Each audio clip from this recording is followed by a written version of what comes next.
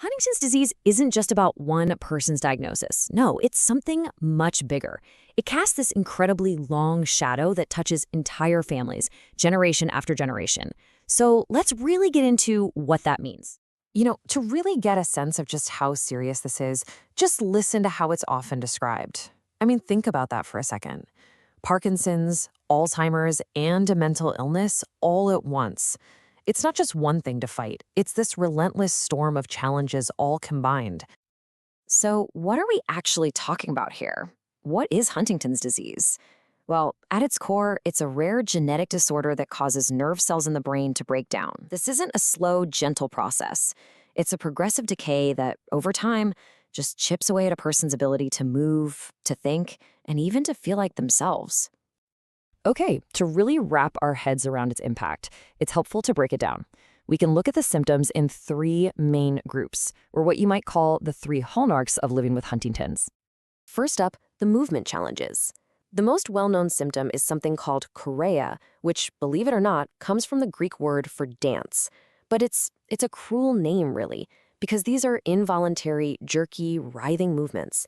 It might start out looking like simple fidgeting, but as time goes on, it can make basic things like walking a straight line, talking clearly, or even just swallowing food incredibly difficult. The second hallmark is the cognitive decline. Huntington's wages a war on what scientists call executive function. But what does that really mean for a person? It means those skills we rely on every single day.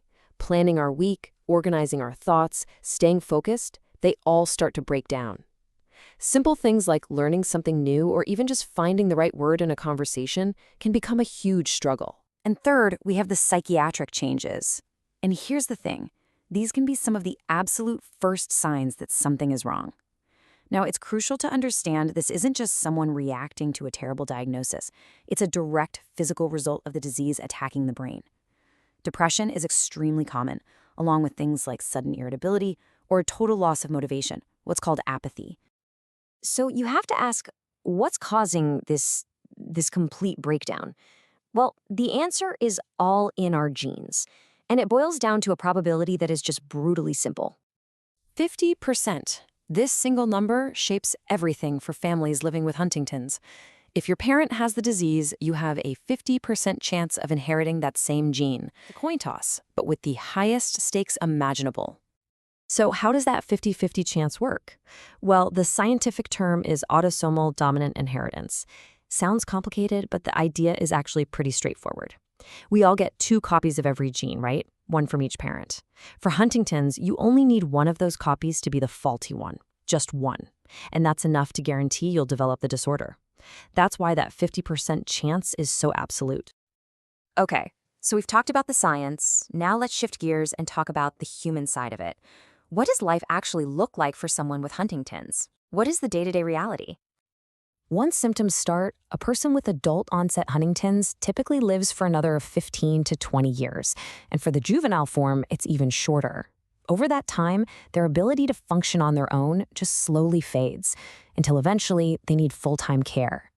And the really harsh truth, the disease itself isn't usually the direct cause of death. It's often complications, like pneumonia from swallowing issues, or a serious injury from a fall.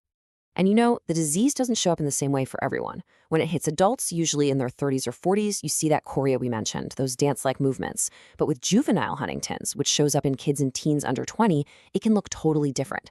You're more likely to see things like severe muscle stiffness, tremors, and a much, much faster decline.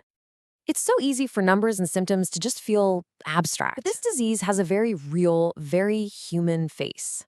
And one of the most powerful stories comes from the family of one of America's greatest musicians. We're talking about the one and only Woody Guthrie. His song, "This Land Is Your Land," is practically a second national anthem. But behind that incredible creative spirit, he was fighting this tragic personal battle with a disease that almost no one understood at the time. For years, people just thought Woody Guthrie was an alcoholic or mentally ill. His behavior was erratic, his movements were clumsy. He was eventually put in an institution and just faded away, dying in 1967. But that's not where the story ends. His wife, Marjorie, saw what happened and refused to let other families go through that same silent nightmare. She started the organization that would become the Huntington's Disease Society of America, literally